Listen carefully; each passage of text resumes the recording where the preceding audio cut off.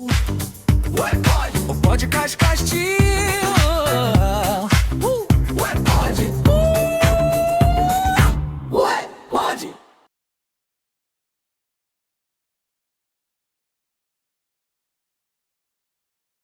Professor Marcelo, é por isso que nós... por todos esses motivos que o senhor está falando, por essa repercussão mundial tão forte, que nós o apresentamos aqui da maneira que o senhor merece ser apresentado, porque o campista, o carioca, paranaense, o baiano, onde quer que você esteja, cara, se você é brasileiro, você pode ter certeza, brasileiro não desiste nunca. Eu acho que eu queria... E o senhor não desistiu. Pois é, e isso que eu queria mostrar, assim, uma ideia, alguns artigos saíram assim, um físico brasileiro pegou uma ideia descartada e utilizou, porque ninguém pega os dados antigos do asteroide, só pega as informações modernas, corrigidas. Você pegou lá de 2015. Eu peguei uma que já foi descartada, mas que era uma você trajetória. acreditava. E usei ela. Então, Mas esse asteroide é o principal item da sua pesquisa. Tu não diz o nome desse asteroide, Não, nem o número de fala para ninguém, não, né? tá no artigo. É 2001. público, você colocou público. Não, essa é uma coisa interessante, assim. Tudo que é feito, né, você precisa tornar público, porque as pessoas têm que saber se realmente o que você fez é algo. Então, na verdade, não foram só os dois que avaliaram. Quando você publica, isso aí passa para a avaliação do mundo inteiro. E uma das surpresas que eu tive, quando aparece a repercussão, né, ela tem várias cores. É um gráfico com várias cores. Uma delas está associada a grupos de discussão da área. Então, ele foi discutido no mundo inteiro entre os especialistas. Por isso que eu sei que houve alguma repercussão técnica dele. Certo. Que ela foi discutida em vários grupos especializados na área. Né? Então, pode não ser o que há de mais assim, sofisticado, mas é uma solução que as pessoas discutiram.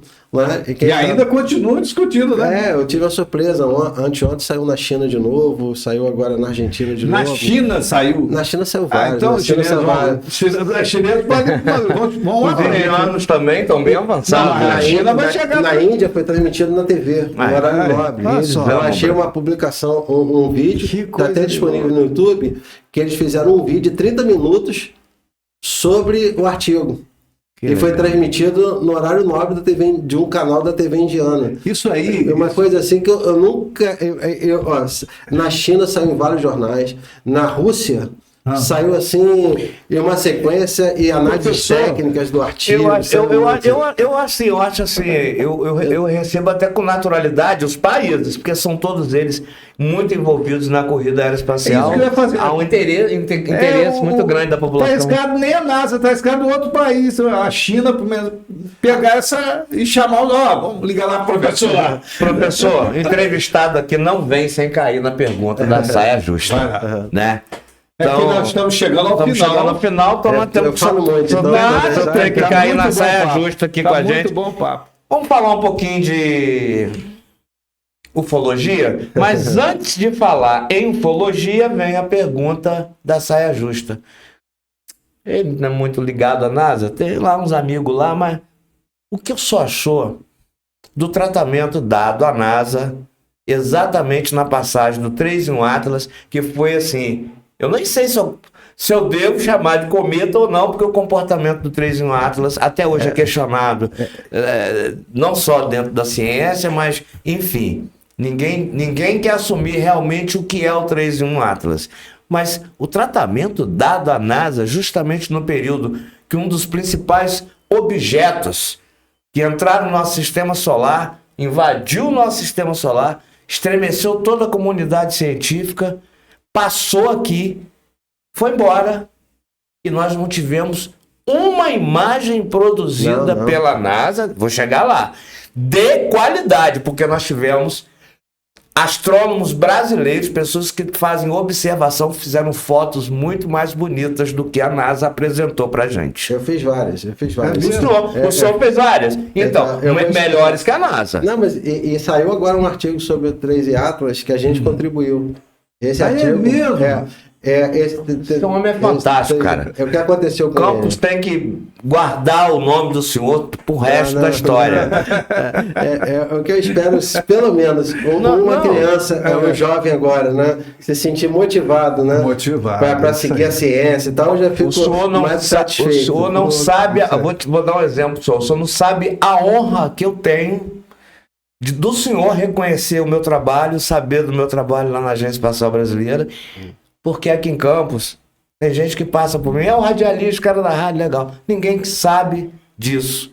Poucos se importam. Mas para mim, é um artista, o mais importante é que os meus verdadeiros amigos sabem desse feito e uma pessoa tão capacitada, tão gigante como o senhor, lembra disso, que tem campistas que nem sabe. Mas fala aí, você falou, mas você não falou. É o que está lá exposto.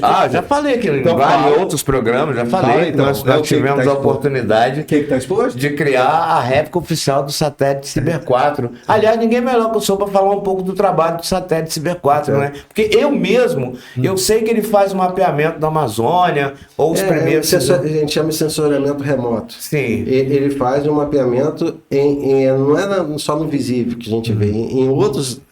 Então, o CIBERS é uma série de satélites que ele ajuda a ver a questão do desmatamento, ajuda a ver a questão de várias outras questões associadas ao que você precisa ter imagens para analisar. Então, na verdade, é o que a gente chama de sensoriamento remoto hoje em dia, porque tudo você sabe hoje em dia, no espaço você consegue ver essa área está degradada, está acontecendo isso, então você consegue medir vários parâmetros, né, dentro deles. Ele respondeu. Tá agora bom? Vai na ufologia para a gente... O que houve com o Betelgeuse, com a estrela Betelgeuse? Vai haver uma explosão, vocês vão ver, vai ser lindo a estrela Betelgeuse, mas o que houve com a estrela Betelgeuse? Não, primeiro deixa eu falar estágio dela hoje? O que acontece? A gente tem eu participo de um grupo que tem várias pessoas que é para analisar cometas, né? E a gente, não é um cometa, o 3i Atlas, mas ele se comportou como, né? Só que a origem dele, a gente hoje já sabe que é de fora do sistema solar. E aí eu tive a oportunidade, durante vários dias, né, usando o telescópio lá no Havaí, fotografar ele junto com outras pessoas do mundo, né, para contribuir para a análise que foi feita dele. Saiu uma análise completa agora na Nature, que é uma revista... Só consegue chamar ele de cometa? Não, né? Não, é difícil. Vamos chamar um objeto... É difícil, é que a gente fala em casa, o pessoal em casa entendeu o que a gente está falando aqui, é que o cometa, é aquele cometa de desenho, é aquela estrela voando, deixando rastro, o cometa é isso, ele viaja e vai queimando, né? O 3i Atlas era diferente, ele iluminava para frente. Ele tinha uns troços para frente. Não, é mais a composição dele, que é um pouquinho diferente do que a gente tem nos cometas aqui do Sistema Solar. Ele tinha alguns elementos diferentes, mas agora saiu um artigo completo. E eu não sou um dos autores, é óbvio, né? Porque isso aí é um grupo americano que fez, mas eles pegaram as nossas imagens e usaram, e tem um agradecimento ao nosso grupo de astronomia lá. Agradecemos ao Clube de Astronomia Luiz Cruz do Brasil, né, pela contribuição junto com outros do mundo. Então, esse artigo que está sendo divulgado agora no mundo inteiro tem imagens nossas lá que eles usaram para poder fazer o estudo. Ele não quer entrar, mas vou entrar. Aí ele logo começar a conversar sobre isso também. Ele quer, mas eu só queria fechar. Deixa eu fechar com as crianças. Não, então vai. Só das crianças, aí a gente faz popologia. Tá bom? Vai lá. Professor, é através do seu trabalho que nós tivemos aqui, eu não sei se o aluno é campista, creio que sim, que descobriu uma estrela. Através do clube de astronomia, através do seu trabalho, creio que através da fundação, que eu fiquei treinando para falar o nome, que eu não sei se é francês, o nome da fundação, tão importante, gente. Luiz Cruz. Não, é o nosso clube. É o nosso clube. É do clube. Aqui é o clube. É Luiz Cruz. É porque a gente é homenagem Luiz Cruz. O Luiz Cruz foi diretor do Observatório Nacional, indicado por Dom Pedro II. Foi o segundo diretor do Observatório Nacional. E como é que é para o senhor estar formando novas... Tem coisa que pouca gente lembra, mas saiu na imprensa aqui, mas tem alguns anos, só que a memória a gente vai perdendo. Nos ajude. Tem 2 alunos aqui de Campos na época. Olha aí. A Bruna Pontes e o Christian lá de Tocos, e a Bruna de Rio Preto. Eu conheci o Christian. Os dois tem um asteroide com o nome deles. Olha isso, cara. Que coisa. Olha Em aí. homenagem que eles receberam. Tem um asteroide com o nome deles. Que eram criancinhas na época, 14, 13 anos, receberam essa homenagem. Então, pela participação deles nessas campanhas, né? Então, mas é claro que não é só a gente. A Secretaria de Educação de Campos, na época, participou. Do projeto, Quando a gente vai fazendo, incentivou. a gente tem outros parceiros, né? Porque a gente sozinho não faz nada. Verdade, Né? Então, eu tenho, para agradecer, eu teria que ficar o programa todo agradecendo as pessoas que ajudaram a gente. Vocês que divulgam. Não, mas né? você pode ter certeza que só vai voltar no programa. Agora sim, vamos entrar na ufologia. Vamos lá, professor. Eu discuto sempre com ele sobre isso. Mas essa coisa de agora, Estados Unidos divulgando aí imagens. Isso aí eu acho que nesse momento que estão divulgando. É publicidade? É publicidade, não tem nada novo, né?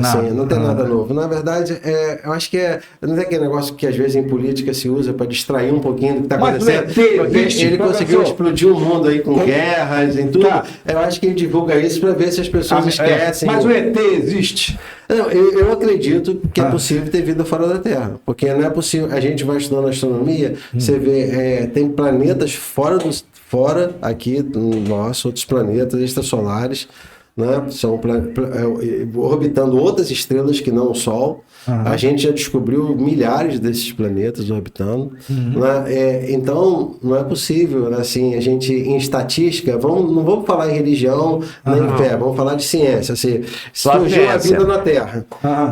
Você tem também uma quantidade incontável de estrelas na nossa galáxia e outras galáxias com quantidade incontável de estrelas. Algumas dessas estrelas a gente já sabe que tem sistemas planetários como o nosso. Alguns têm até planetas que têm a mesma condição que a Terra tinha, em termos de energia que vem da estrela próxima. Então, por que só aqui teria vida? Né? Então, em termos estatísticos, a gente tem até uma equação de Drake que ele fez essa para saber a possibilidade de ter planetas com vida. Então, estatisticamente, né, se a gente não entrar na discussão religiosa, né, a possibilidade de ter algum ser vivo é enorme. Né? Então, é claro que é possível. Né? Eu acho que é possível. Né? Alguns asteroides. Ele agora vai falar, ele gosta disso, ele gosta, negócio de UFO. Alguns asteroides que têm sido recolhidos aqui na Terra, cada vez mais a ciência comprova a presença da vida, da condição de vida em alguns deles. Por exemplo, alguns deles trazem alguns elementos, né, que são elementos que estão ligados à vida. Não, como estou querendo dizer que chegam aqui trazendo nenhum inseto, nada disso, mas elementos químicos. Né? Não, os elementos são onde eles falam que... No sistema solar surgiu tudo numa mesma nuvem primordial aqui. Né? Então eles estão espalhados, alguns elementos ficaram mais próximos do Sol, outros mais distantes, né? Mas a gente tem a mesma composição. Os elementos que tem na Terra, essa é uma outra limitação nossa. Porque a gente só consegue procurar a partir do que a gente conhece. Então a gente está procurando vida como a nossa, né? A base de carbono, que reage dessa forma, mas o que a ciência explica sobre as luzes que nós temos visto em todo o planeta Terra? A gente sabe que a trajetória não quero que exista nada. Eu estou diante de uma autoridade de ciência e eu não posso aproveitar a oportunidade de tirar minhas dúvidas. Claro. A gente entende que o asteroide, que a gente quando criança chamava de estrela cadente e tal, que vai cair no mar, caiu no mar, vai cair no mar, que nada, vai cair no mar. Mas nós temos visto luzes muito estranhas. Novamente, luzes que entram, que saem em velocidades ultra rápidas. Tem um livro do Carl Sagan, se chama O Mundo Assombrado pelos Demônios, que eu recomendo a todos lerem. Né? É um livro... Carl Sagan, é um dos maiores divulgadores científicos da história. Né? E ele escreveu esse livro justamente por causa disso. Porque o que acontece? Apareceu uma foto de um rosto na superfície de Marte. Você deve lembrar, né? Lembro. Aí todo mundo falava que tinha extraterrestre lá, depois mandaram fotografou de novo e mostrou que era uma formação natural que dava a impressão de um rosto. Mas quem acredita que é extraterrestre vai dizer que eles fizeram de propósito para a sombra deformada do rosto. Então, na verdade, nós somos mais crédulos do que incrédulos. Então, quando você passa para ir para Guarapari, você vê lá aquele morro, Nossa Senhora segurando. Isso, o frade e a freira. O frade e a freira. Então, a gente tem um nome para isso, se chama Paleta ali, não? Não, tem um nome que eu nunca. Eu sempre gosto de falar quando você vê feições humanas, formas humanas, o cérebro. Pois é. Tá mais aproxima. Então, na verdade, o mundo é a interpretação que a gente tem do mundo, né? Eu tenho uma interpretação, você tem outra, eu tenho outra. Cada um de nós vê o mundo de uma forma. Se você estiver triste naquele dia, você vai ver com cores diferentes as coisas do que outras pessoas. Então, nós temos nossos sensores, né? Que são os nossos sentidos. Então, isso aí afeta a gente. Então, eu já fui chamado várias vezes. Para explicar. Vontade de observar uma coisa diferente, claro que todo mundo tem, né? Eu já fui chamado várias vezes para acompanhar o que acontecia. E tudo eu consegui uma explicação racional até agora. Todos que eu chamei de tantos anos observando o espaço, eu nunca pessoalmente teve resposta para tudo, que o senhor teve dúvidas e também que me chamaram para analisar e tal, eu analisei tudo, né? O problema que a gente tem, que eu sempre lembro do Jô Soares, que ele falava isso, ele fala assim, por que não aparece um disco voador na Rio Branco ao meio-dia? Por que aparece sempre lá escondido para duas pessoas verem e as fotos são borradas, né? Hoje todo mundo tem o celular que dá zoom, fica tudo perfeito. Professor, né? Por que a gente não tem uma imagem nítida? Mas, professor, me diz uma coisa. Eu acho que o senhor é desse tempo. Quando o senhor chegou na escola, tinha aquela história de perguntar quem inventou o avião? Pedro Santos Dumont. Quem inventou o telefone? Bel. Tinha aquilo. O pulo da tecnologia que nós tivemos é absurdo. Pois é. É absurdo. Aí você acha que foi um ET que ensinou isso? Não, calma aí, nós vamos chegar lá. Existe um pensamento aí de que alguns grandes cientistas tiveram um carinho de alguém, tiveram uma informação privilegiada. Porque, olha só, vamos falar aqui rapidinho aqui de um deles. Por exemplo, é o... Celular? Não, o Tesla. O Tesla lá atrás, 1900 e Braulio, no início do século XX. No início do século XX, ele montou um dispositivo para mandar energia pelo ar. Isso. Ele tinha bolado tudo isso. Chegou a construir uma torre nos Estados Unidos, se não me engano. Chegou a construir um equipamento. É verdade. Chegou a construir um equipamento. E lá ele já tinha bolado o celular. Ele viu a comunicação à distância, né? Então, na verdade, ele foi um visionário mesmo, Tesla. Você sabe que o que a gente usa hoje de transmissão de energia, né, pro corrente alternada, é a ideia dele. Ele morreu pobre. Até hoje. Ele morreu pobre. Né? Morreu pobre, porque ele que trouxe essa ideia do cientista maluco. Ele morreu pobre, mas quando ele morreu, assim invadiu todas as moradias deles e levaram todos os dados científicos dele. A gente conhece tudo que ele fez. Tem fotos, tem tudo. Ele trabalhava com... Tem muita coisa dele que tá escondida e tá guardada. Ele trabalhava ou sendo usada, né? Ele montou um acumulador gigantesco de energia, aí depois ele se irritou com algumas pessoas que estavam próximas, pegou uma ferramenta, foi lá, quebrou tudo. Então, aquele negócio de cientista maluco. Que tinha as coisas assim, mas ele era um cara... Disse que ele ficou muito revoltado. Ele não tinha essa visão assim de ganhar dinheiro. Ele jogou todo o dinheiro dele na... Não, ele nunca tinha essa perspectiva de dinheiro. Não. As invenções dele, ele ganhava centavos, as coisas assim. Aí acumulava, ele ganhava muito pouco. As pessoas que depois acabaram, ele viveu sozinho. Ele foi muito ocupado também. Ele trabalhou com... É por causa do Thomas Edison. Ele trabalhou com o Thomas Edison. Não, é o Thomas Edison que tentou passar... A perna dele. O Thomas Edison, que era o cara que roubava as invenções e tal. Não dele, mas roubava dos outros. E o Thomas Edison estava fazendo um sistema de transmissão por corrente contínua. E ele veio com corrente alternada, permitiu os transformadores e fez isso. Aí o Thomas Edison teve muitas brigas com ele e tal. Mas é um cara fantástico. Mas tem a transmissão que você pode fazer pelo solo, tem transmissão também pelo ar. Ele imaginou tudo isso. Né? Mas como não é o único visionário, tem vários. Tem o Tsiolkovsky, que é o russo, que é um dos pioneiros. Né? No início do século XX, ele já imaginou imaginou foguetes com vários, como a gente faz hoje, com vários módulos para viajar, para explorar? Imaginou como é que seriam os trajes espaciais? É impressionante. Então, a gente tem na história várias coisas, mas o que é sempre importante para você lembrar é assim, o que a gente eu acho que é mais importante de tudo nesse momento, que as pessoas estão atacando muito a ciência, né? Nossa. E a ciência é a ferramenta mais poderosa que a gente tem. A ciência é tudo. E o que a gente tem hoje não começou hoje.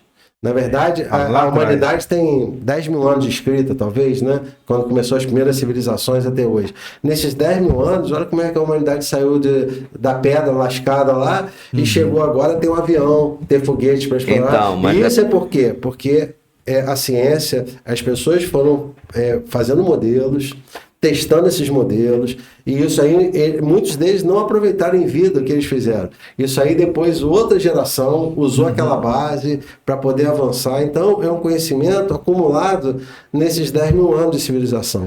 Então não é um processo que começou hoje. Agora, E as pessoas criticam a ciência usando o celular. O celular só é possível porque a ciência pode contribuir. A ciência não é um dogma. Não é claro que ela muda por isso, né? Hoje a gente está usando isso, pode ser que daqui a pouco surja uma questão, como você está colocando, que ela não consiga explicar. Aí a gente precisa fazer um novo modelo para entender, assim que a gente vai evoluindo. Tem um pensador que ele usa uma coisa que eu gosto muito, que é assim, a gente tem os paradigmas, que são o que a gente considera que é imutável agora e tal, mas surge um paradoxo. Eu já entendi. Você coloca uma questão que quebra aquilo, a gente precisa criar um novo Eu já paradigma. entendi. Soltar no lero-lero pra gente. Eu já entendi. Sabe por que ele tá falando? Ele tá explicando tudo. É isso que ele tá falando. Tudo é técnico. Você não tá ouvindo nada daqui desse homem que não seja técnico. Não seja.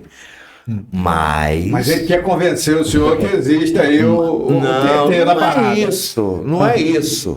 Não é isso. Depois eu vou fazer uma também. Ele tá com medo de ser um dos cientistas sequestrados no mundo. Porque nos Estados Unidos, todos os cientistas que estavam ligados à pesquisa científica nuclear e espacial junto com nuclear estão desaparecendo. São mais não joga isso. Não, calma. Só tá sabendo disso. São 10, mas também São 10 cientistas. A gente tá no mundo em guerra, né? Isso aí. Você não pode esquecer que a gente tá numa guerra mundial. Quando vocês sequestraram para trabalhar. Às vezes até para preservar. Os Estados Unidos matou vários cientistas iranianos agora. Estão vivos. Então, agora, deixa eu sair para uma outra vertente. Não, até uma curiosidade. Por que a gente não monta uma base na Lua, que a gente montar em Marte tão longe, professor? A Lua tá aqui pertinho. Vai começar na Lua, vai começar na Lua. Só não vai ser no lado escuro da Lua, né? Lá já tá tomado. Oculto. Lá já tá habitado já. Ele fica rindo. E só sabe que eu sei. Só não quer dar, como diz o outro, só não quer deixar o povo apavorado. Mas lá na área escura da rede, da Lua, tem uns bichinhos lá, tem um negócio lá. Eu tô curioso uma coisa que eu vi na internet, é claro, mas são fotos reais. Tem muita de coisa. 1900 e bolinha lá atrás, de um cara com óculos escuro e com uma roupa dos anos de hoje. Isso tá no sempre... meio da viagem população. no tempo. E uma outra falando no celular, como se fosse um celular. Pois é. Essa história de viagem no tempo. Pois é, a viagem no tempo, pra gente na física, pro passado, é impossível. Né? Pelo mas modelo será que não é? Pro futuro... Pela ciência, o passado é impossível, mas pro futuro é possível, né? Mas esse por Einstein, é isso que eu estou falando. Essas pessoas que apareceram nessas fotos, realmente são no futuro?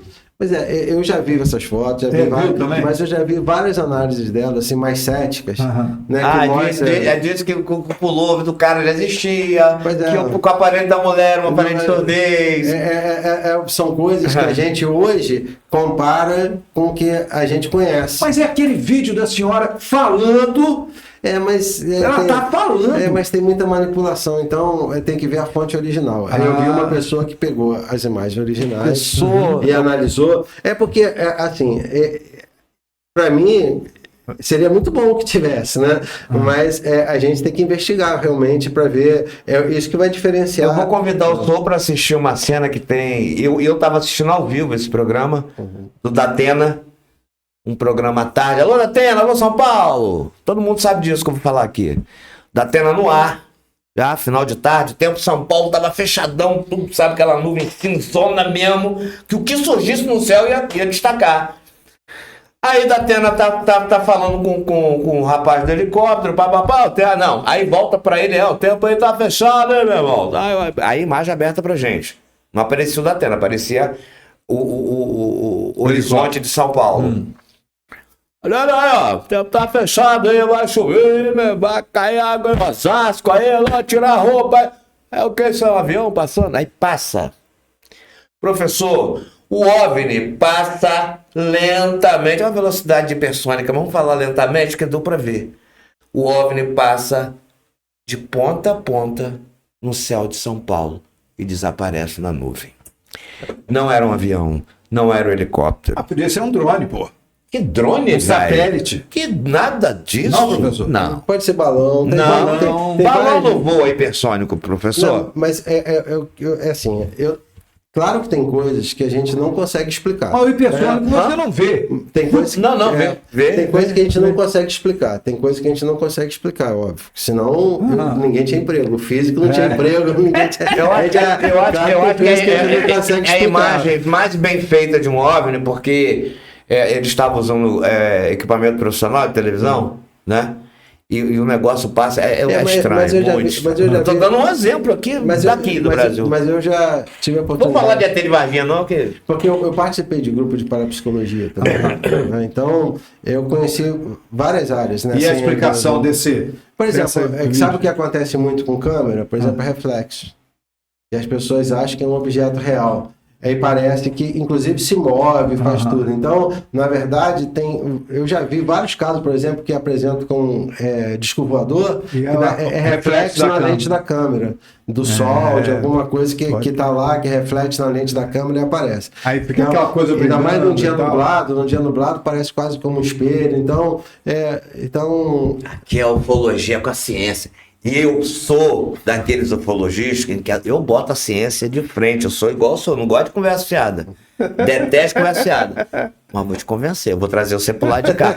A ufologia precisa de cientistas com a capacidade monstro que o senhor tem para nos ajudar. Porque não é brincadeira as coisas estranhas, né, que eu acho que tem muita coisa para ser pesquisada, né, Edson, né, professor? Eu acho que né, o nosso oceano é monstro, a gente não conhece nada. Pois é, eu acho isso que é importante. Por isso que é a importância das universidades, das escolas, né? Verdade. As pessoas adquirirem conhecimento, investindo e elas com esse conhecimento, depois elas vão ter base para fazer as análises delas, né? Não precisa acreditar no que eu falo, não precisa acreditar no que vocês estão falando. Não precisa acreditar no que a gente aqui fala. No senhor tudo, pelo amor de Deus, gente. Não, mas eu acho que é importante as pessoas assim, essa é a minha visão do mundo e a base que eu tenho científica. A pessoa ouvir, estudar, verificar se realmente o que eu estou falando tem base, não é? Porque as pessoas têm que formar a sua própria base, têm que ter seu próprio conhecimento,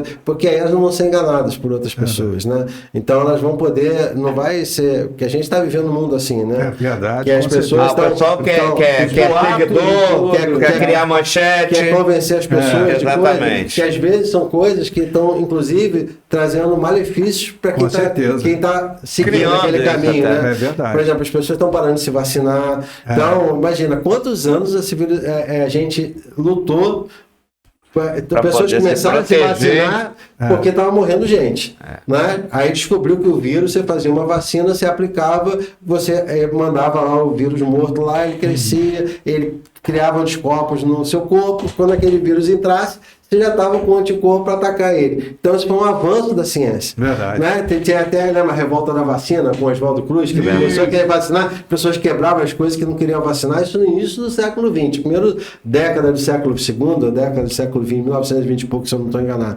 A gente voltou a isso agora, as pessoas não estão querendo se vacinar de novo. Não é? Aí vai acontecer o que vai acontecer, que está acontecendo numa região nos Estados Unidos. As pessoas não se vacinaram. O sarampo voltou.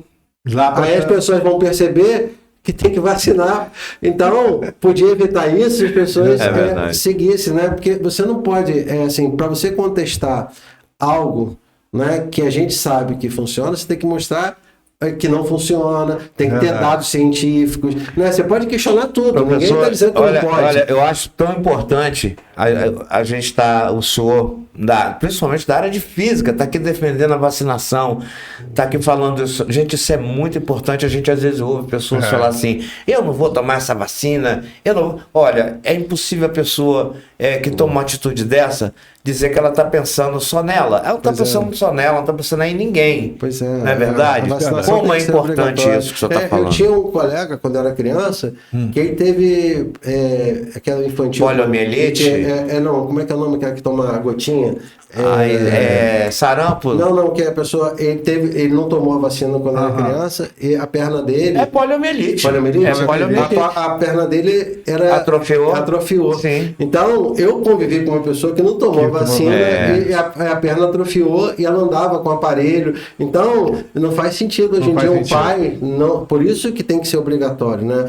Se as pessoas não vacinam, mas a sociedade tem que proteger, né? As crianças principalmente. É verdade. Elas têm que ser... Por isso que eu acho importante o caderno da vacinação, tem que estar em dia, não é porque a pessoa só com saúde que as pessoas vão conseguir, né, fazer qualquer coisa. A saúde é importante, né? Bem, Pode fechar?